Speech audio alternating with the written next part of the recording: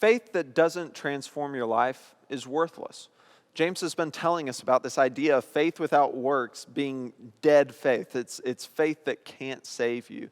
And he goes on to anticipate some answers from people. So if you look in verse 18, he says, someone's going to say, you have faith and I have works.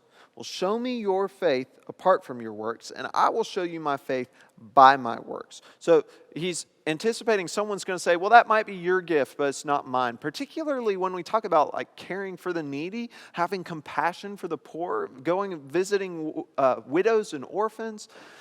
A lot of people might look at that and be like, yeah, that you might be passionate about that. That's great, but it's just not really for me. I've got faith in Jesus, but it's not really going to change my life all that much. That's not how it works. James says that works demonstrate that there is actually faith, and that if there are no works, then there is no true saving faith.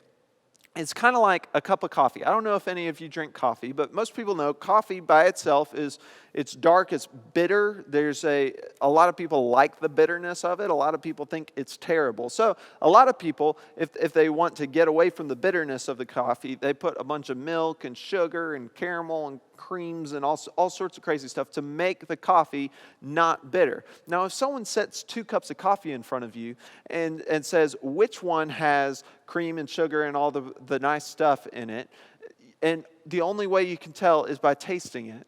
You take it and you taste it. If it's crazy bitter, then it makes sense that there's no cream in it. If you taste the coffee and it's crazy sweet and it's amazing, then it's evident that there's actually sugar in it. Well, this is what faith and works is like. If we look at our life and you see there's all sorts of works in it, it's like tasting sweetness in a cup of coffee. It's obvious that underneath that is sugar and caramel and all that sorts of stuff. When people see that there are works happening in your life, it displays that underneath that is a saving faith. But if you taste the coffee and it's just nothing but bitterness, then there ain't no sugar in that. That's not any good. If people look at your life and there are no works, if it tastes bitter, then they recognize there is no true faith. There is no saving faith in your life. If you pretend to have faith, but there's really no works there, then it becomes clear that there's not actually faith there at all. Look in verse 19. You believe that God is one. You do well. Even the demons believe and shudder. Do you want to be shown, you foolish person, that faith apart from works is useless? So first of all, James is saying, look, you believe in some good things about Christianity, right? You believe Christianity is true. You believe Jesus came to die for all that stuff. Well, that's great. So do demons. The devil believes all sorts of true stuff about God. You can know the Bible like the back of your hand and not know Jesus and not have saving faith in Jesus.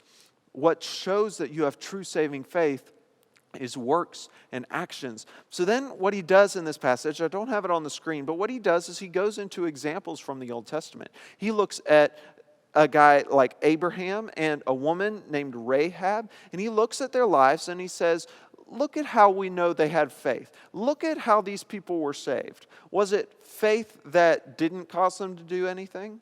No, it was active faith. In both cases, with Abraham, God told him to do something, and he had faith that drove him to action. And Rahab was the same way. When the spies came to her house, she hid them. There was an action. This is active faith. It's faith that moves. It's faith that has an effect. Their works have completed faith with works and everything. So in verse 26, it shows the alternative. Either you can have faith like Abraham and Rahab. Abraham and Rahab both have active faith that works, but the flip side of that is faith that doesn't work. Faith that is dead. Faith that is like a corpse. Faith that cannot save and cannot do anything. I would challenge you, look at the faith in your life. Is it faith that is active? Is it transforming you? Is it pushing you to action? Or is it faith that is allowing you to sit where you are and do nothing and change nothing. If your faith doesn't lead you to action, that faith is not going to save you. You need to cry out to God to give you a true living faith that will give you life